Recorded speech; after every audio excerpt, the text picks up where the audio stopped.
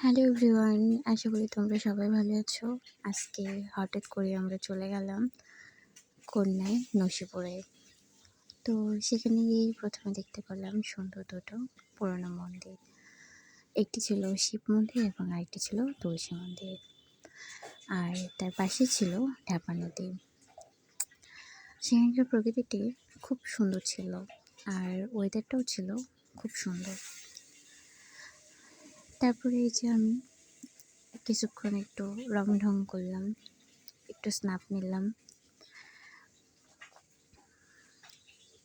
তারপরে এই যে দীপাদি, সে এখন একটু হাঁটাহাঁটি করতেছে, সে একটু রং ঢং করতেছে।